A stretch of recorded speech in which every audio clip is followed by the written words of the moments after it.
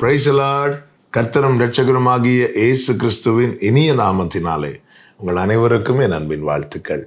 கடந்த நாளெல்லாம் கண்மணி போல பாதுகாத்து இந்த புதிய நாளை காண செய்த தேவனுக்கு ஸ்தோத்திரம் உண்டாவதாக. இந்த நாளுக்கு வேண்டிய கிருபையின் நன்மையும் கர்த்தர் உங்களை தொடர செய்வாராக. என்னாகமம் 14வது அதிகாரம் 24வது வசனம்.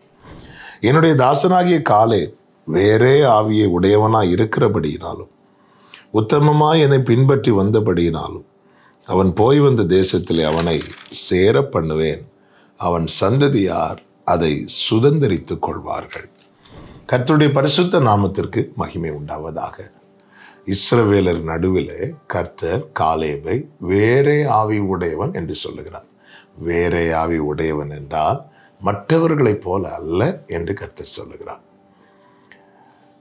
கானானை வேவு பார்க்க மோசே ஒவ்வொரு கோத்திரத்திலிருந்து ஒவ்வொருத்தரையும் தெரிந்தெடுத்து அனுப்புகிறார். அதில் காலேபும் அனுப்பப்படுகிறார். எல்லாரும் கானானை பார்த்து விட்டு திரும்ப மோசேயின் இடத்துல வருகிறார்.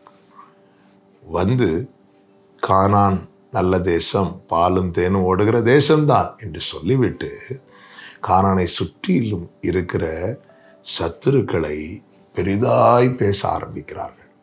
நாம் அதெல்லாம் சுதந்திரிக்க முடியாது, அது ரொம்ப கஷ்டம். அங்கே ஏத்தியர், எபூசியர், எமோரியர் இப்படி அநேகர் இருக்கிறார்கள். அவர்களெல்லாம் பலவான்களாக இருக்கிறார்கள். அவர்களை எல்லாம் தாண்டி நாம் அந்த கானானை சுதந்திரிப்பது என்பது இயலாத முடியாத காரியம் என்று எல்லாரும் அதை சொல்லும்போது அந்த கூட்டத்தின் நடுவிலே காலேப் மாத்திரம் சொல்லுகிறார், நாம் அதை எளிதில் சுதந்திரித்துக் கொள்ளலாம் என்று. மற்றவர்கள் எல்லாரும் துர்ச்செய்தியை பரப்பின போது காலேப் நற்செய்தியை சொல்லுகிறார். பிரியமான கர்த்தருடைய பிள்ளைகளே, நாம் துர்ச்செய்தி பரப்புகிற கூட்டத்தில் ஒரு ஆளாய் இருக்கக்கூடாது. நம்பிக்கையற்ற கூட்டத்தில் ஒருவராய் இருக்கக்கூடாது.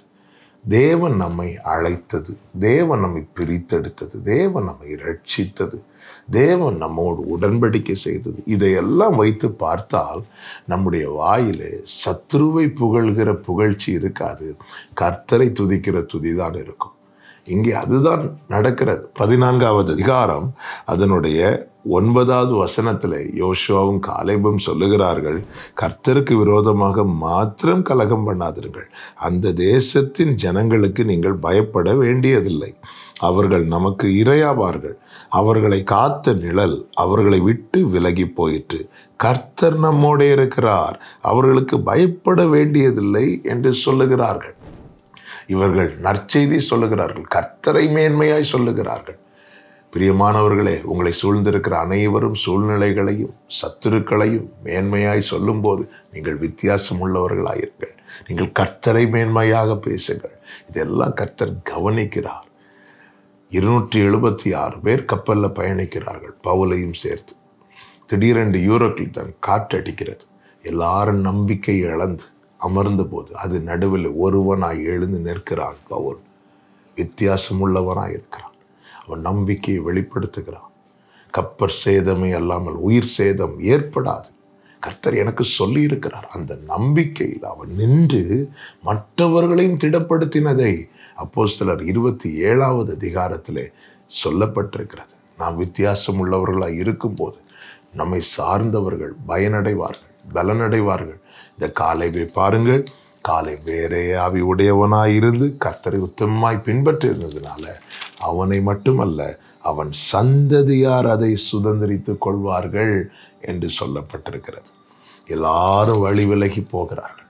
இது கடினமான உபதேசம் என்று சொல்லி இயேசுவினிடத்தில் வந்து அப்பம் புசித்த அநேகர் விலகி போகும்போது சீஷர்கள் 12 பேர் மட்டும் தரித்து நிற்கிறார்கள். வித்தியாசம் உள்ளவர்களாயிருங்கள். கர்த்தர் உங்களை மாத்திரமல்ல உங்கள் தலைமுறைகளையும் ஆசீர்வதித்து சாட்சியாய் நிறுத்துவார்.